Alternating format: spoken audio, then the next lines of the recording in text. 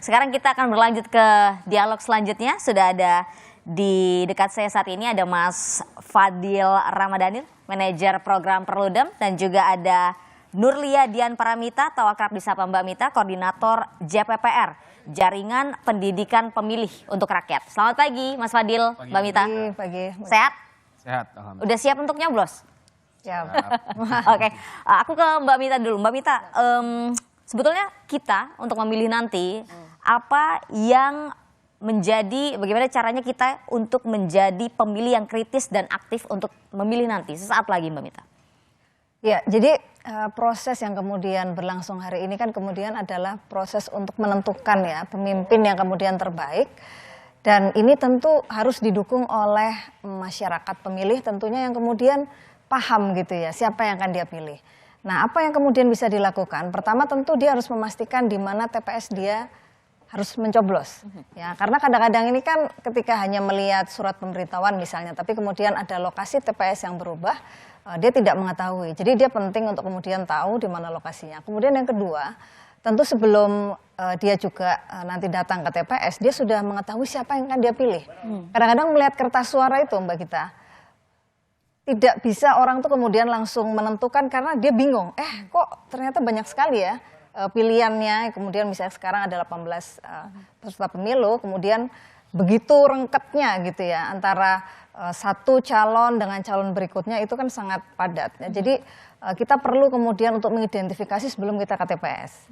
Nah, terlepas kemudian sebetulnya hari ini kan kita juga bisa melihat informasi itu kan, membaca informasi dari banyak kanal ya. Bicara media sosial ini kan kemudian sudah cukup banyak menyajikan informasi. Tapi memang dalam proses pemilu hari ini juga dan hampir sama ya dengan 2019. Prosesnya kan ketika kita ingin mengetahui visi misi gitu ya, calon yang kemudian siapa yang kita pilih kan kita kemudian harus mencari sendiri gitu, dengan kemudian agak rumit membaca dari info pemilu gitu ya. Kemudian ada sih sebenarnya kanal-kanal lain yang kemudian menyajikan informasi, tapi ketika kita tidak mampu untuk bisa mengetahui informasinya secara maksimal, itu kemudian juga akan sangat terbatas mendapatkan informasi tersebut. Kembali ke Mbak Mita. Mbak Mita, tadi kan ada beberapa poin ya ketika seorang pemilih itu nanti masuk ke bilik suara mencoblos, ada kita harus paham, kemudian kita mengidentifikasi siapa yang akan kita pilih. Ada lagi ya poin yang perlu diperhatikan oleh pemilih? Ya, jadi selain kita kemudian ke TPS, saya kira penting ya pemilih itu kemudian juga mengawal proses di penyelenggaraan di TPS ya. Jadi bagaimana kemudian mereka turut memantau gitu ya, mengawasi dan kemudian memastikan bahwa penyelenggara pemilu khususnya KPPS dan juga PTPS itu melakukan tugasnya dengan baik. Nah, kita kan kemudian sering mendapati bahwa kemudian ada persoalan-persoalan yang kemudian seharusnya tidak ada di lapangan. Misalnya kalau hari ini kan kita sudah banyak mendengar berita bahwa misalnya soal pindah memilih, ya, pindah memilih. Ini kan masyarakat harus tahu bahwa memang yang boleh memilih satu adalah yang terdaftar di DPT online dan kemudian dia tinggal di wilayah tersebut. Nah, khawatirnya kemudian ada tiba-tiba yang punya KTP gitu, memang dia punya KTP tapi dia tidak tinggal di sana. Dan kemudian KPPS-nya lalai bahwa itu sebetulnya tidak boleh. Nah, ini kan berpotensi ya, kemudian misalnya nanti harus ada PSU misalnya ya. Nah, ini hal-hal penting yang masyarakat harus memahami bahwa memastikan bahwa yang bisa mencoblos itu memang kemudian orang yang sudah terdaftar di DPT online atau dia kemudian DPTB sudah memilih gitu ya. Atau memang kemudian dia domisili di sana.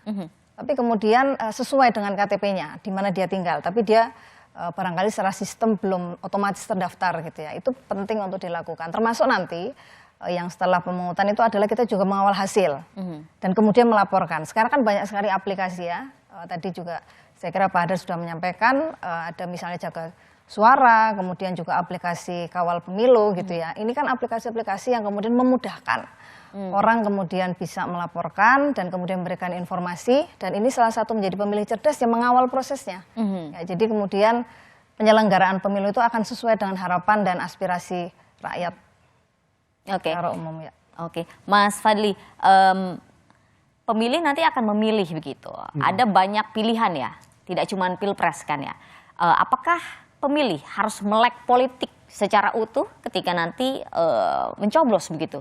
Menurut saya iya ya Mbak Gita, karena di pemilu di kita di Indonesia itu kan apalagi pemilunya serentak ya, dari 2019 yang lalu itu Kecuali DKI Jakarta, nanti pemilih akan dapat 5 surat suara. Pemilih presiden, DPR, DPD, DPRD provinsi, dan DPRD kabupaten kota.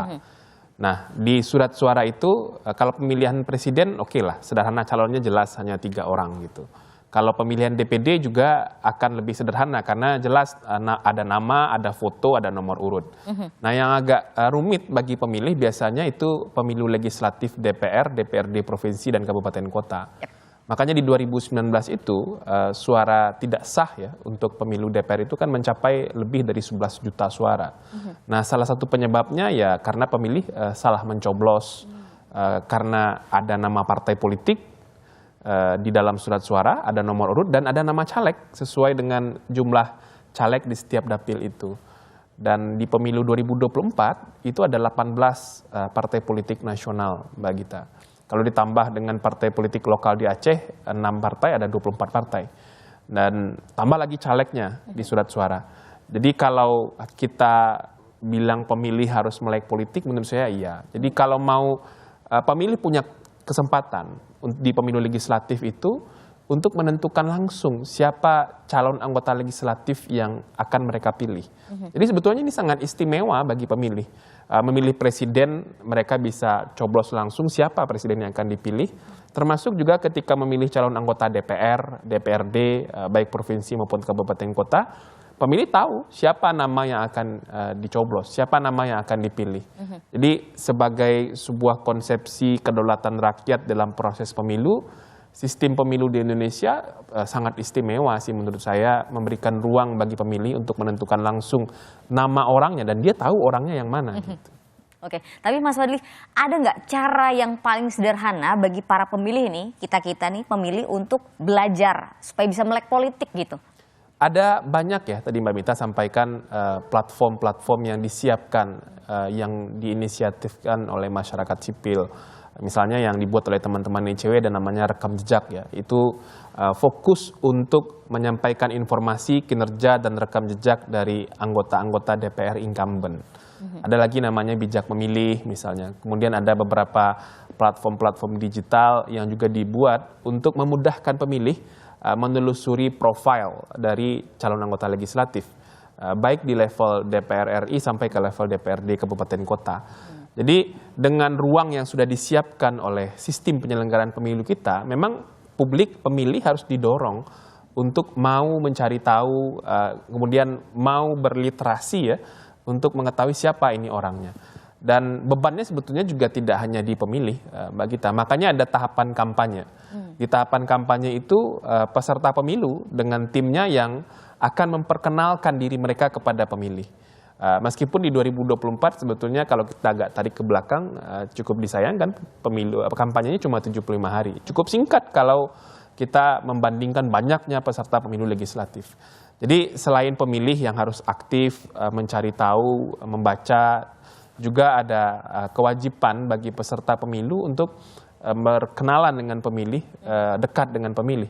Makanya esensi dari kampanye itu kan sebetulnya tidak melulu hanya soal mendulang suara dan mendapatkan dukungan pemilih, tapi juga memberikan literasi politik, memberikan pendidikan politik kepada pemilih tentang apa pentingnya ikut pemilu, kemudian apa yang harus diperhatikan oleh pemilih untuk mengikuti pemilu, dan kriteria-kriteria apa yang harus diketahui oleh pemilih dalam menentukan pilihan politiknya.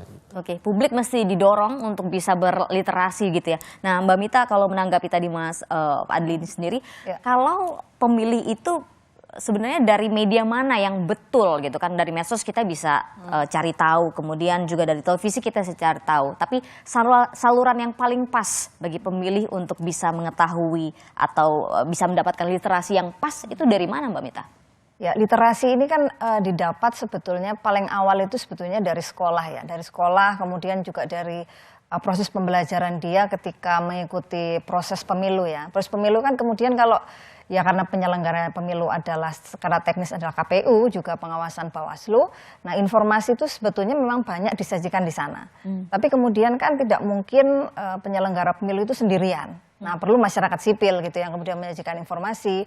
Teman-teman Perludem atau kemudian kita juga di JPPR itu kan kemudian memberikan informasi bagaimana kemudian cara memilih misalnya ya, atau kemudian mendapatkan informasi apa saja sih kemudian kriteria pemimpin yang kemudian sesuai dengan amanah gitu ya, atau kemudian dia mampu untuk mengimplementasikan serangkaian gagasan yang kemudian kita bisa belajar dari proses kepemimpinan sebelumnya. Kan pemimpin yang sehari ini berlaga ya, terutama misalnya kalau kita bicara pendekatan pilpres, itu kan orang yang sudah punya pengalaman, ya pengalaman sebelumnya menjabat sebagai kepala daerah atau kemudian dia adalah menteri misalnya ya. Nah itu kan sebetulnya kita bisa melihat bagaimana rekam jejak kinerjanya.